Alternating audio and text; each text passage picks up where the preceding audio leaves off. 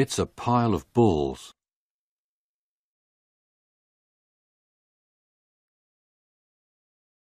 So, after 70 hours of gameplay, when I go to some of the people on my friends list and suggest to them that they should probably check out League of Maidens,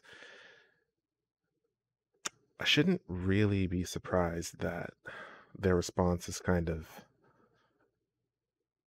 negative, especially after my last video covering the subject. But, I mean, I was kind of hoping that they would take my gameplay time and see that I wouldn't just recommend them this out of some passing curiosity as to what they thought about the game. Um, the game really does have something genuine going on with its gameplay, enough that it kept me around for that. And to be honest, when I first discovered League of Maidens, I came here for two reasons.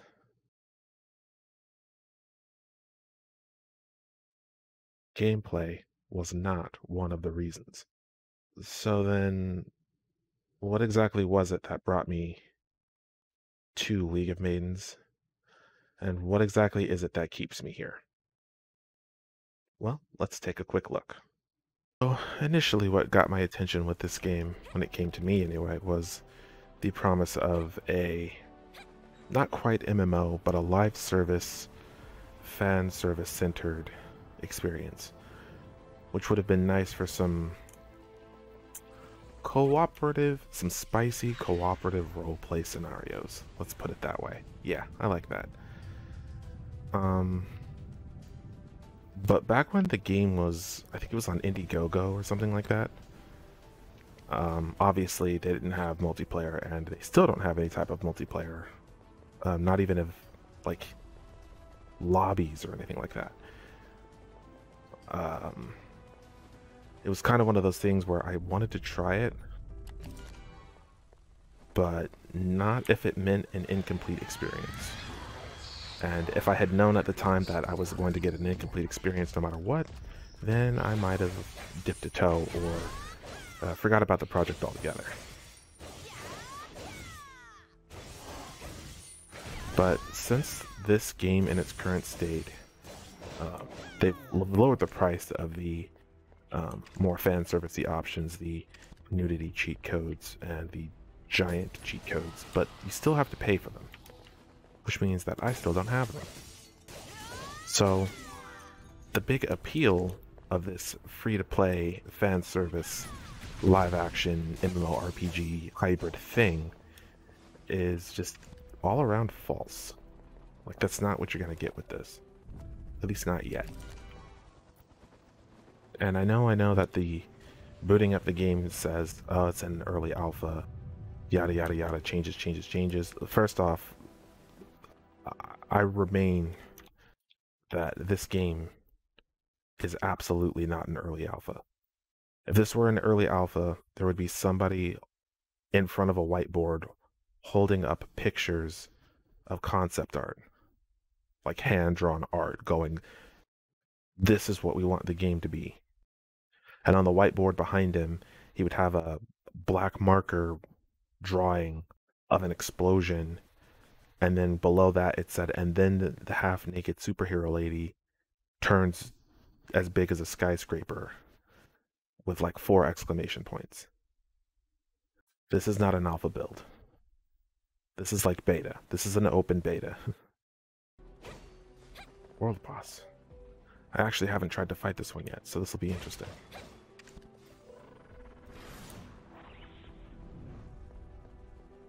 Ooh.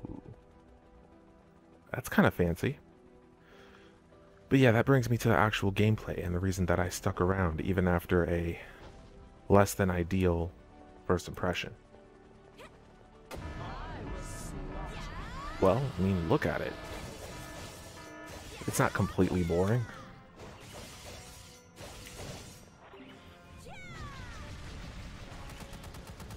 Ooh, I like her.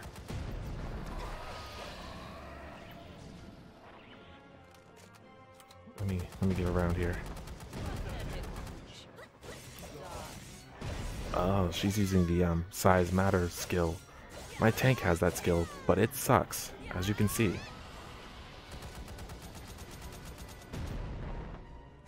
I'm a sniper.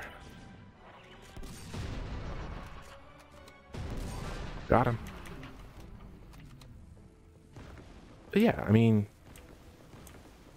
in what other game do you get to take out a giant waifu like that?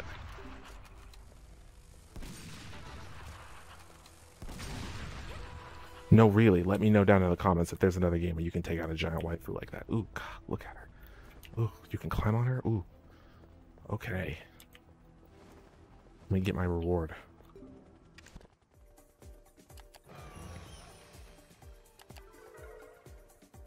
Okay, nothing good. That sucks. But I will admit that the game does have a lot of non-gameplay related flaws.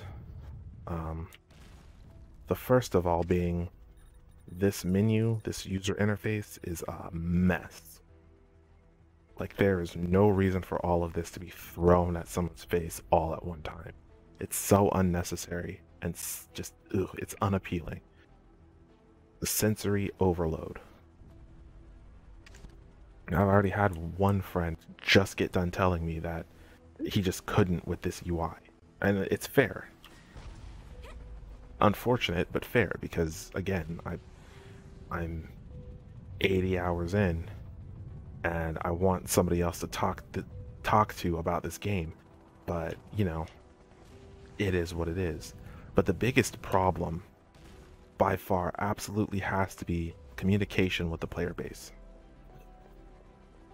Now, I get that they have, or they probably have, a very successful Discord server or something. Or that's just the way that they prefer to give out their information about updates and upcoming changes and whatnot. But now that the game is public, they have got to get out of that insular information hole. They have an official website, a Steam page, a Twitter, and a Facebook. And the only place I hear about information being given out is on their Discord. And that is just completely unacceptable. Unacceptable. I didn't find out that this game had received its first patch until after it had already gone live. For a lot of people who have already dipped a toe in this game, that's too late. And for people who were curious but have seen a lot of the negative reviews on the Steam page and on social media and YouTube and stuff, also too late. There's no excuse. You're doing a live service game and you're competing with other live service games. Get competitive. You need to have a community manager. And if you can't hire a single person to manage all of the different places, you need to have them at least on your own website. Come on. It's not that much to ask for. Update that thing regularly and talk to the people. Tell them what they can expect. Tell them why some of those first impressions might have been a little bit misleading. Because as it stands right now, there's really no one except other players to say, hey, you were kind of wrong about this, or hey, you didn't really mention this. There's a lot of stuff in this game that people just don't know about because you aren't telling them about it. All of that being said, though, I think that with a little bit of polish and a little bit of attention to detail, this game could go on to be something really special. And I'm not just saying that because of the booties and the titties. Promise. But, I mean, the biggest thing to me personally, and I think I haven't played Subverse yet, but it is, at the time of this recording, out in some form of early access. It's kind of got a similar issue as to a lot of these fan servicey type games, in that none of them so far have really delivered a complete experience. And yeah, neither has the AAA industry, but it's a lot more complete than what we're getting now. So if you can't, how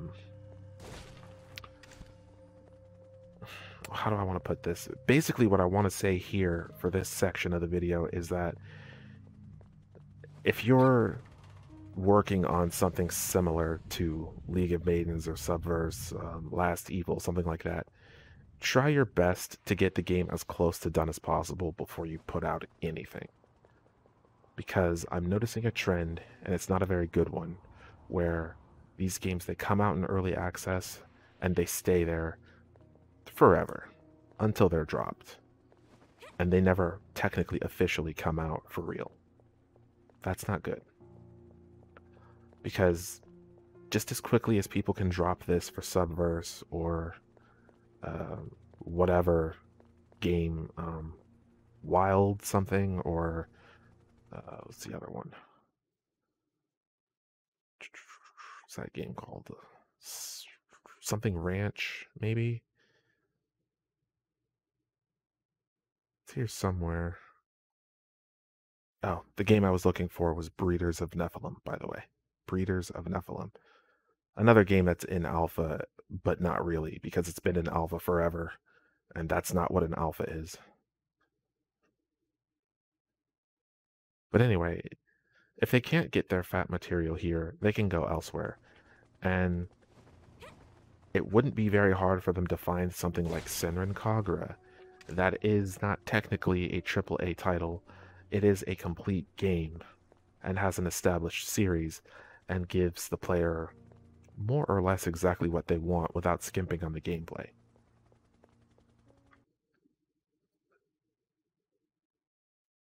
Anyway, this video's gone on for longer than I kind of wanted it to. The changes that they have made to it so far have been really good. They've given all of the players more costumes at the start, and also increased their inventory capacity, which is very good, very positive. But I think that if they just clean up the user interface and communicate better with the player base, maybe try and add, if they can't do in-gameplay multiplayer, like multiple players in the same map fighting and killing stuff at the same time, at least find a way to do some sort of P2P connection for the lobbies, so people can hang out and maybe do some sort of interaction in the lobby. Just something, because it's very obvious that this game is made with some sort of player-to-player interaction in mind, and the fact that it's not here is still kind of strange. Like, again, you don't have to go the full way, but the more you show that you're willing to put in the work and the time, and you are actually working and not just draining people of their money, the more players you'll bring in. So, yeah. Let me know down in the comments what you think about League of Maidens, especially after this most recent patch. Let me know if there are any other games where you get to fight gigantic waifus like what I just did. I think I'm going to have to do like a series about this category of games, so try to look forward to that in the future. Anyway, thanks for watching. We'll see you guys later.